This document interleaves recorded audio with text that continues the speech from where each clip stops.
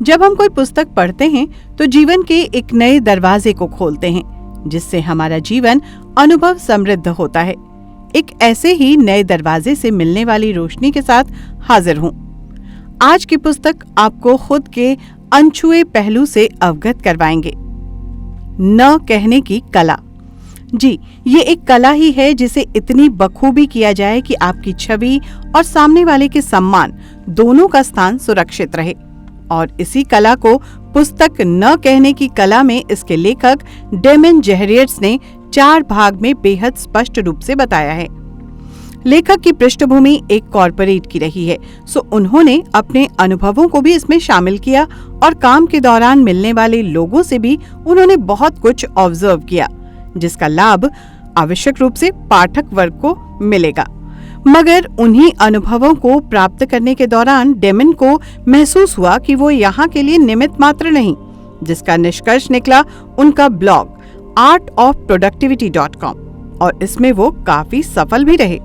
लेखक कहते हैं कि अपने निर्णय पर टिके रहें, समय का इंतजार न करें, सीधा एवं स्पष्ट बोलें। अब आप सोचेंगे कि ऐसा करना कैसे संभव है भला? तो इसी कैसे के लिए ये पुस्तक है और ऑथर ने 4 भाग में पूरी पुस्तक को बांटा है ताकि आप स्पष्ट रूप से उसे समझ पाएं। हम न क्यों नहीं कह पाते? आरंभ इसी बात से की गई है। लोगों को खुश करने की आदत स्वाभाविक तौर पर न कहने वाले सबकी गुड बुक में नहीं होते। अपनी प्राथमिकताओं, यहाँ तक कि अपनी जरूरतों का त्याग कर किसी की भी मदद को लेखक पहले तैयार रहा करते थे, और उन्हें हाँ कहकर जब पछतावा होता तो वो सोचने पर मजबूर हो जाते कि जब मैं किसी को खुश करने के लिए हाँ कह रहा हूँ तो फिर पछतावा कैसा?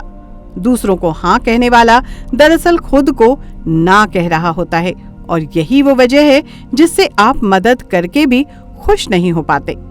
और यही भाव अंदर से कटुता और धीरे धीरे निराशा से आपको भर देती है।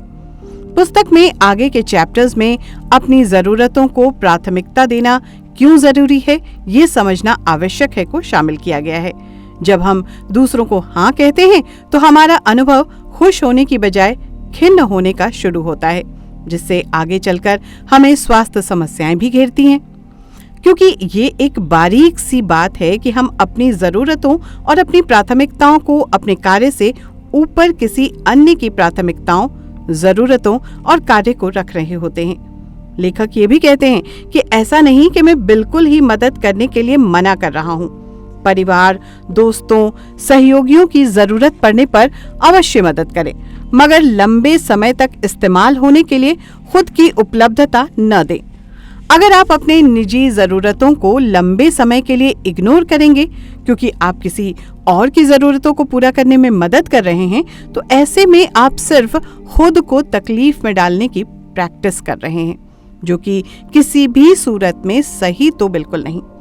पुस्तक स्टेप बाय स्टेप आपको बताती है कि इस न कहने की प्रक्रिया को जटिल नहीं बल्कि आसान व सुगम कैसे बना सकते हैं, मगर इससे पहले व्यक्ति खुद कन्विंस हो जाए कि मुखर होना बुरा नहीं, न कहना सही है, कोई नकारात्मकता नहीं।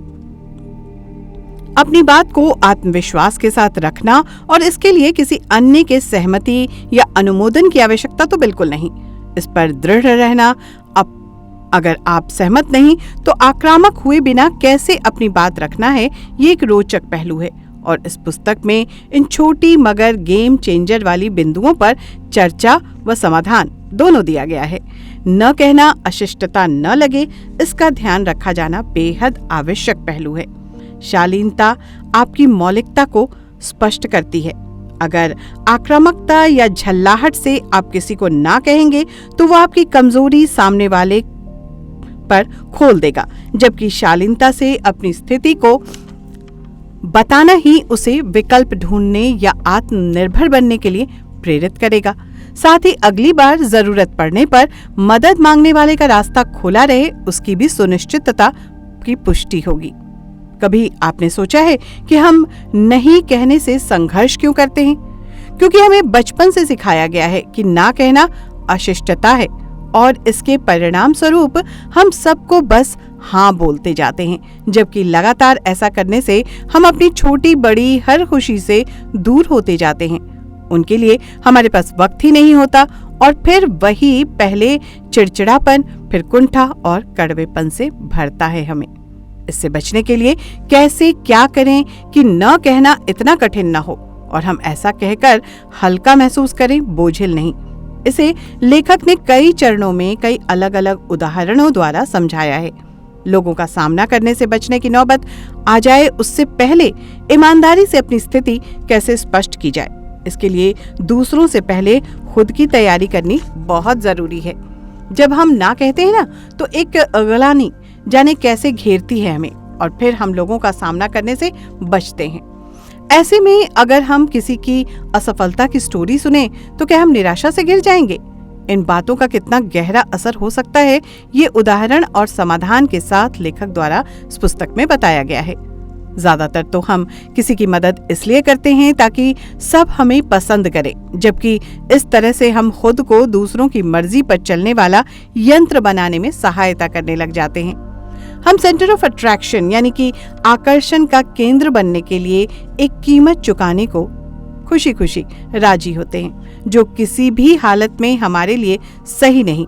तो ऐसे में उन आत्ममुग्धता से बचने और खुद के काम को खुद के वक्त पर अपना हक रखने के क्रम में किस तरह बिना किसी को बुरा महसूस करवाए न कहें और सीधा सीधा न कहने की जगह हम उसके बदले कौन से ऐसे शब्द इस्तेमाल करें जिससे सुनने वाले को एक बारगी बुरा न लगे, इसकी जानकारी भी इस पुस्तक में मिलेगी।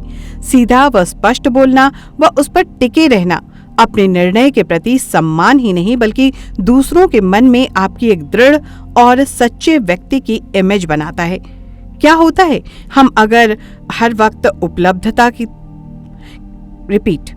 क्या होता कि अगर हम हर वक्त उपलब्ध हैं इस तरह की कोई छवि अपने जानने वालों के मस्तिष्क में बना लेते हैं तो ये उस न कहने की विश्वसनीयता पर थोड़ा संशय पैदा करता है। पुस्तक न कहने की कला में मनोवैज्ञानिक तरीके के साथ साथ व्यवहारिक समाधान पे जोर दिया गया है जो कि वास्तविक रूप में प्रयोग लाए जा सकते हैं। पुस्तक की टैगलाइन है